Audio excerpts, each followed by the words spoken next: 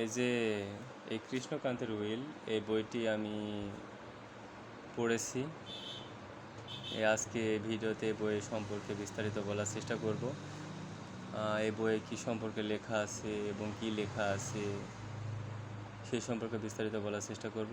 এই কৃষ্ণকান্তের উইল শব্দটা শুনে হয়তো বা বোঝা যাচ্ছে যে এটা জমি জায়গা সম্পর্কে কোনো কিছু লেখা। হ্যাঁ, অবশ্যই এটা জমি জায়গা সম্পর্কে লেখা, বিশেষ করে জমি জায়গা বন্টন করা নিয়েই লেখা। কৃষ্ণকান্ত একজন জমিদার। তিনি তার জমি জায়গা তার বন্ধুর পুত্র এবং তার মেয়েদের মধ্যে, সাথে তার স্ত্রী, এই সকলের মধ্যে এই সম্পত্তি বন্টন করা নিয়েই একটি উইল তৈরি করে। এবং আমরা এই গল্পটা পড়তে পড়তে দেখতে পাই যে তিনি বিভিন্নবার বিভিন্ন সময় বিভিন্ন কারণে এই উইল পরিবর্তন করে থাকে। তো এখানে প্রথমে বলে রাখা ভালো যে কোন কোন চরিত্র আছে। এখানে কৃষ্ণকান্ত তিনি জমিদার, এবং গোবিন্দলাল যিনি হচ্ছে এই গল্পের বা উপন্যাসের নায়ক, এবং তার স্ত্রী ভ্রমর, এবং একটা বিধবা মেয়ে আছে যাকে নিয়ে এই গল্পটা তিল তিল করে এগোয়, তার নাম হচ্ছে রোহিণী। তো এ হচ্ছে মোটামুটি চরিত্র। এই চরিত্রগুলো নিয়ে বিভিন্নভাবে বিভিন্ন আরও সাময়িক চরিত্র যুক্ত হয়ে এই গল্পটা এগোতে থাকে। প্রথমে আমরা দেখতে পাই যে গল্পের উপন্যাসের প্রথমেই যে কৃষ্ণকান্ত একজন জমিদার। তিনি তার সকল সম্পত্তি ভাগ বটোয়ারা করছেন,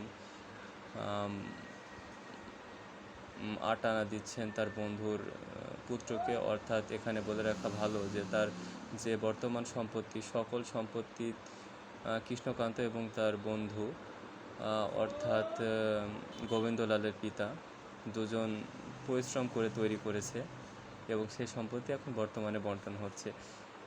তে 8 আনা সেই সূত্রে গোবিন্দলাল পায়, তার পিতা যেহেতু ইহকালে আর নাই, এবং 8 আনা পায় কৃষ্ণকান্তের সন্তান এবং তার মেয়ে এবং তার স্ত্রী।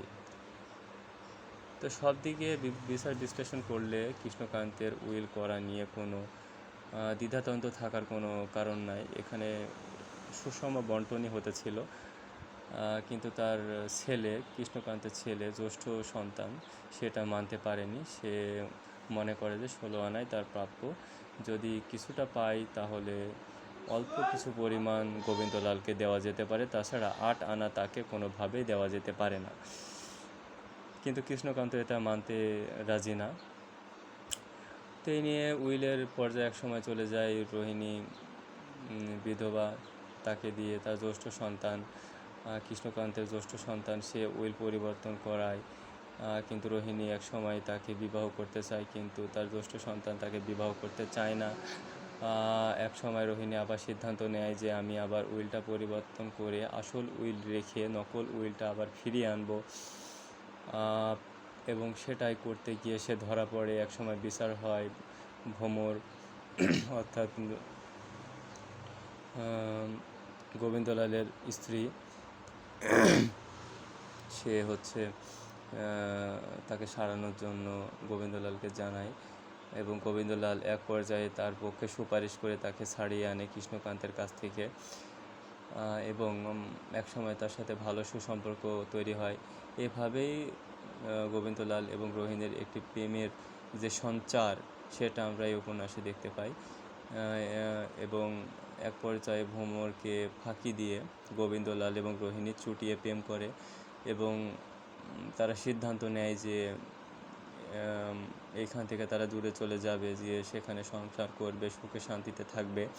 এবং উপন্যাসে আমরা দেখতে পাই এক সময় গোবিন্দলাল বলে যে এতদিন আমি গুণের পূজারি করেছি, এখন আমি রূপের পূজা করব। এইভাবেই সে হচ্ছে তার পথভ্রষ্ট হয়, এবং ভ্রমর তাকে অনেক চেষ্টা করে যে না, এটা করা ঠিক না, তুমি আমার কাছেই থাকো। হ্যাঁ, এইভাবে বিভিন্নভাবে বোঝানোর চেষ্টা করে, কিন্তু সেভাবে কোনোভাবেই গোবিন্দলাল তার বুঝ নেয় না, কারণ তার তো রূপ নেই, রোহিণীর রূপ আছে। তো সে চলে যায়, এবং ভ্রমর বিভিন্নভাবে ভেঙে পড়ে, চুল বাঁধতে ভুলে যায়, খাবার দাবার ভুলে যায়, হাসি ঠাট্টা আর আগের মতো করে না। এইভাবেই আসলে গল্পটা মাঝ পর্যায়ে চলে আসে এবং অনেক দিন কেটে যায়। সেখানে গিয়ে গোবিন্দলালরা ছদ্মবেশে থাকে, তারপরে রোহিণীও ছদ্মবেশে থাকে এবং সেখানে এদিকে ভ্রমরের অবস্থা খুবই খারাপ হতে থাকে। তার পিতা তাকে দেখতে আসে এবং এই অবস্থা দেখে সে ব্রত নেয় যে গোবিন্দলালকে উচিত শিক্ষা দেবে এবং সেখানে গোবিন্দলালকে সেইভাবে খুঁজে বের করে এবং একটি সুন্দর প্ল্যান তৈরি করে এবং এই প্ল্যানের মধ্যে ছিল যে রোহিণী একটি পরপুরুষের সাথে সম্পর্ক করবে, দেখা করবে। তো এইভাবেই গোবিন্দলাল একসময় তাকে ধরে ফেলে এবং ঘরে নিয়ে আসে নিজের বন্দুক দিয়ে তাকে গুলি করে হত্যা করে এবং গোবিন্দলালকে পুলিশে ধরে নেয়, জিডি হয়। ভ্রমর এটা জানতে পারে, ভ্রমর তার পিতাকে আবার বলে, তার পিতা আবার তাকে যশোরে যায়, গিয়ে তাকে ছাড়িয়ে মুক্ত করে দেয়, কিন্তু গোবিন্দলাল আর সে বাসায় আর আসে না, সে সেইখান থেকে কোথায় যেন চলে যায়। তো এই কথা ভ্রমর জানতে পারে, সে আরও অসুস্থ হয়ে পড়ে এবং একসময় এমন পরিস্থিতি তৈরি হয় যে ভ্রমর আর উঠতে পারে না, একবারে অচল হয়ে পড়ে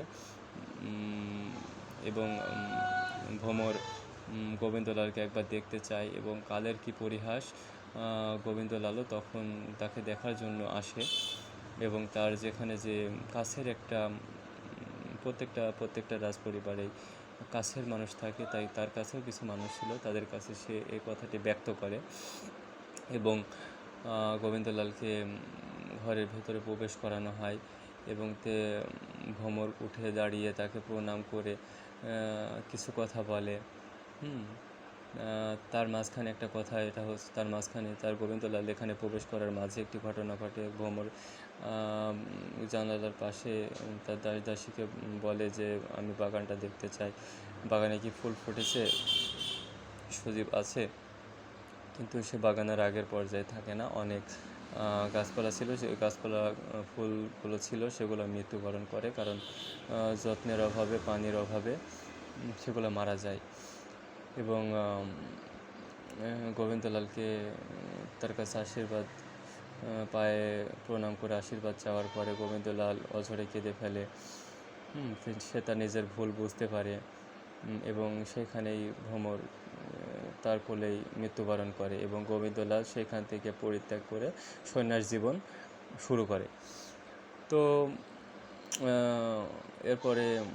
এরপরে আমরা লাস্টে দেখি যে অনেক দিন পরে গোবিন্দলাল আবার সেই স্থানে ফিরে আসে, এসে দেখে যে বিশাল একটা মূর্তি, কিন্তু সেই মূর্তিটা কার সে বুঝতে পারে এটা হচ্ছে ভ্রমরের মূর্তি।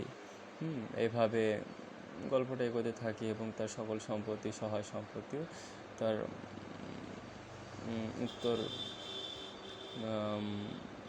উত্তরাধিকাররা ভোগ করতে থাকে। তো এইভাবে গল্পটা শেষ হয়ে যায়। আমার কাছে গল্পটা অনেক ভালো লেগেছে এবং এর ভিতরে অনেক ছোটোখাটো কাহিনী আছে যেগুলো বলা হয়নি, কারণ একবার পড়ে এর থেকে ভালো বলা আমার পক্ষে মনে হচ্ছে এখন সম্ভব না। তবে আমি আরেকবার যদি কখনো পড়ি তাহলে বিস্তারিত আরও বলার চেষ্টা করব। তবে গল্পটা ভালো, আপনারা বইটা নিতে পারেন, পড়তে পারেন এবং অনেক কিছু শিখতে পারবেন, পৌরাণিক কাহিনীর মধ্যে ঢুকে যেতে পারেন। এই গল্পটা আপনারা পড়তে পারেন। আমার সাজেস্ট থাকবে আপনারা অবশ্যই গল্পটা পড়ার চেষ্টা করবেন। বিশেষ করে অনার্সের বইয়ে এটা সংযুক্ত করা হয়েছে, আপনি এটা পড়ে দেখতে পারেন।